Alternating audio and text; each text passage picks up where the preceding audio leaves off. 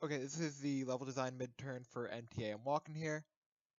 So to begin with, the kind of real world location I wanted to adapt here was New York City, but primarily focusing on the Fulton Center subway station for no better reason than A, I found the architecture of the space itself particularly interesting, and B, because I kind of wanted to use it to offer a kind of comedic abstraction of what it's like to kind of navigate New York City, especially when you're unfamiliar with it starting out. Um, so in terms of architecture, the Fulton Center subway station is very modern and sleek looking and is generally built around this central circular shape in the center that kind of tears out as you look from the center of it upwards. But it also has some kind of counterproductive aspects to it that make navigating through the space efficiently almost impossible. So I wanted to mainly uh, like exaggerate that to the point where you're constantly escalating and de-escalating. So in the first entranceway here is the least crowded, and it's kind of gonna increase in crowd capacity and crowd volume as you go on. But when you enter the space for the first time, this is where you notice the first gate, where like all experiences with the MTA, you have to grab your Metro card before you can actually enter the space. So overhead, you'll notice that there's kind of countdown, which represents your stamina. This will allow you to sprint through the level to weave between these crowds like this here that are constantly shifting back and forth. So the first two main locations of the level are relatively low tension and kind of linear as well. Like the level starts you out with the only door being open being the one leading to the station itself. And here is like the first choice you're kind of given. So after you pick up that Metro card, you can either enter the space over there or go downstairs. So I'll show here, uh, once the door opens, because you have that card in the first place, you're greeted to your first initial vista, where, like I said before, uh, there's a central hub and spoke model that's kind of ingrained into how Fulton Center presents itself. And this hub and spoke is escalated throughout various tiers.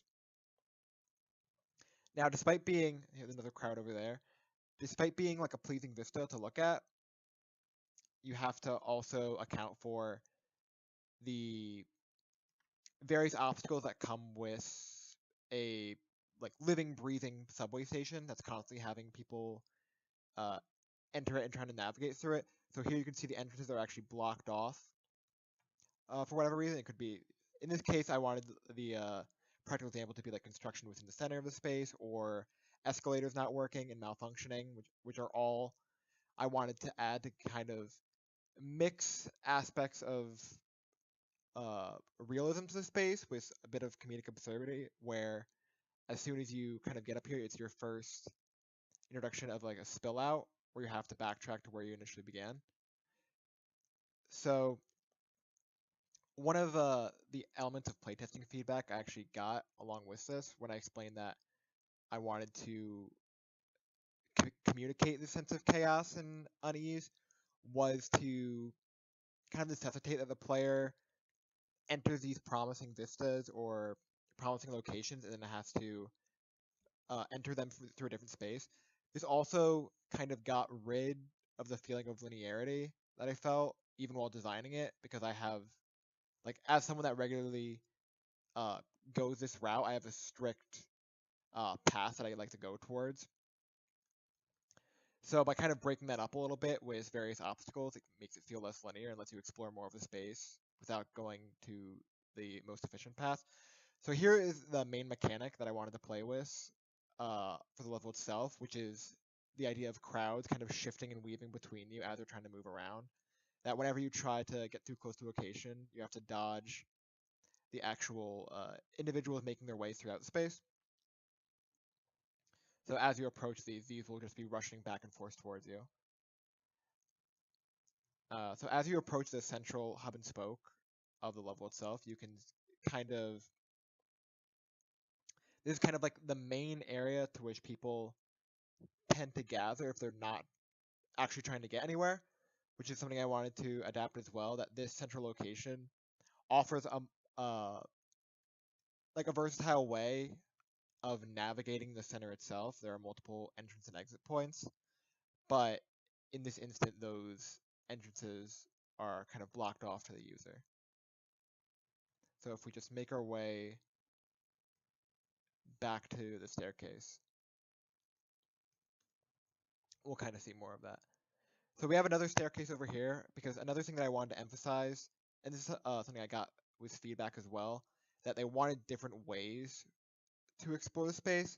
So one of the ways I did that was um, kind of adapting from how I see the real world location I based this off. That one of the other kind of partie models that they used were multiple sets of staircases and platforms that do little to contribute to displacement, but let you see more of the locale a little bit. So stuff like that spiral staircase, or having to use two sets of escalators uh, just to reach various exit and entrance points, were kind of what I had in mind going into that. And then, so in this central concourse, this leads to where the actual um, subway is located. And that's where I kind of wanted the level to end off on, is entering this, uh, exiting the space in a way that was the least crowded of them all, that after you navigate through all this chaos, you end up in this kind of like empty, quiet, almost surreal kind of spill out. So let me just get another overhead view of the level itself. So yeah, I think it met some of the